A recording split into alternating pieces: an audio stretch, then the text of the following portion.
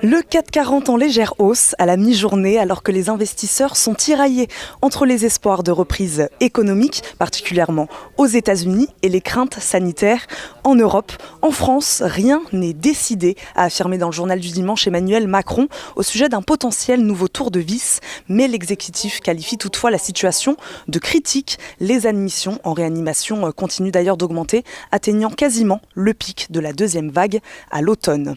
Aux États-Unis, optimisme donc, alors que Joe Biden veut doubler son objectif de vaccination à 200 millions de personnes. Sur le plan politique, les marchés suivront aussi avec attention les annonces du président américain qui doit présenter cette semaine son plan de relance pour les infrastructures.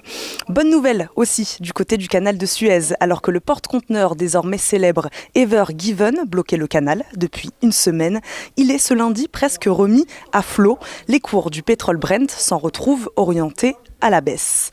Pas d'impact visible pour l'instant sur les marchés de cette nouvelle affaire liée à un hedge fund qui a pourtant d'ores et déjà fait une victime. Ce lundi, le Crédit Suisse, le groupe bancaire avait prévenu avant l'ouverture que ses résultats du premier trimestre pourraient être affectés de manière importante par l'abandon de positions qu'il détenait avec un fonds spéculatif américain.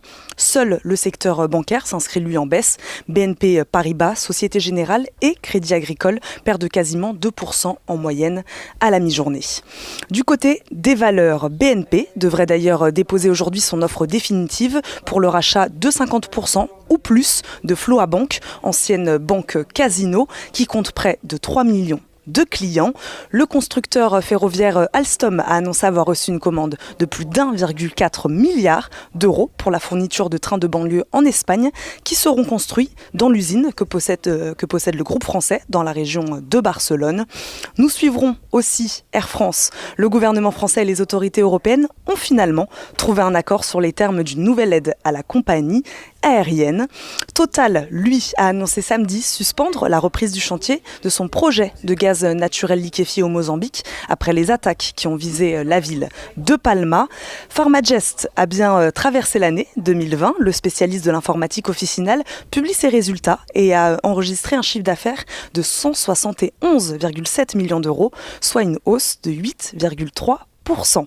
Et Vivendi, dont la filiale Universal Music Group, qui prépare actuellement son introduction en bourse, a conclu un accord sur une ligne de financement de 3 milliards d'euros sur une durée de 5 ans auprès de 4 banques.